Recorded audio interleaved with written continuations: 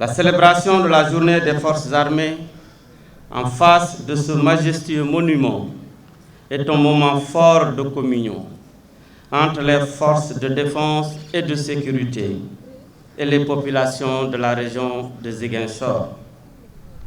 Elle donne l'opportunité aux autorités administratives et militaires de rassurer les populations et de rappeler les missions régaliennes de l'armée qui reste républicaine et résolument engagée dans la défense du territoire national et la sauvegarde de la paix et de la stabilité internationale.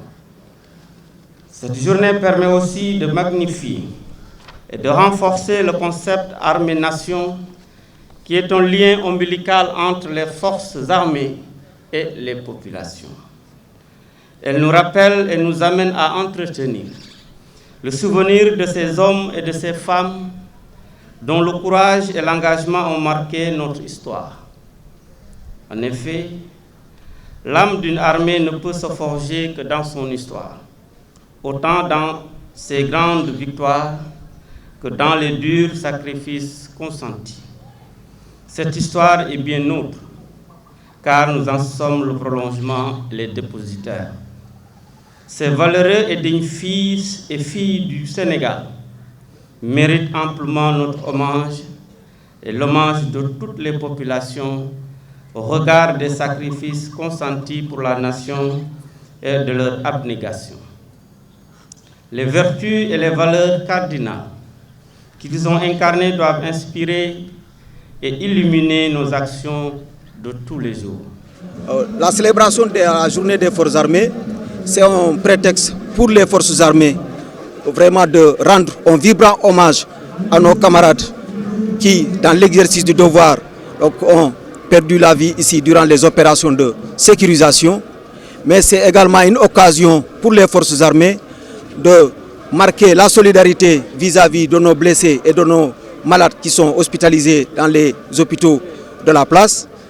Et enfin, également, c'est une grosse opportunité pour les armées réellement de raviver les liens entre l'armée et les populations. Voilà. Donc le thème de cette année est intitulé « Les forces armées et la protection des frontières ».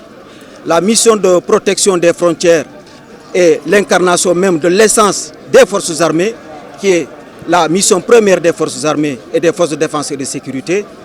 Le choix de ce thème se justifie aujourd'hui par le fait que par l'évolution des menaces, l'évolution actuelle des menaces et les risques qui se font jour au niveau de la région et au niveau national, mais également par l'exigence de sanctuariser le territoire national et au niveau des frontières, vraiment au niveau de sécurité vraiment le plus élevé.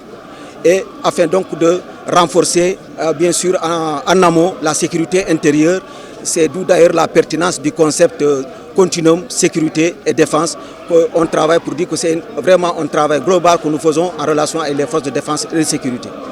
Ici au niveau de la région, nous avons mis en place une stratégie en relation avec les forces de défense et de sécurité pour apporter une réponse globale, pour pouvoir agir sur l'ensemble du spectre des menaces qui se font jour ici au niveau de la région, et cela en mobilisant l'ensemble des capacités militaires comme des autres forces de défense et de sécurité, vraiment de façon concertée et très coordonnée pour être efficace vraiment sur l'ensemble des menaces, risques et vulnérabilités qui se font jour ici au niveau de la région de Ziguinchor.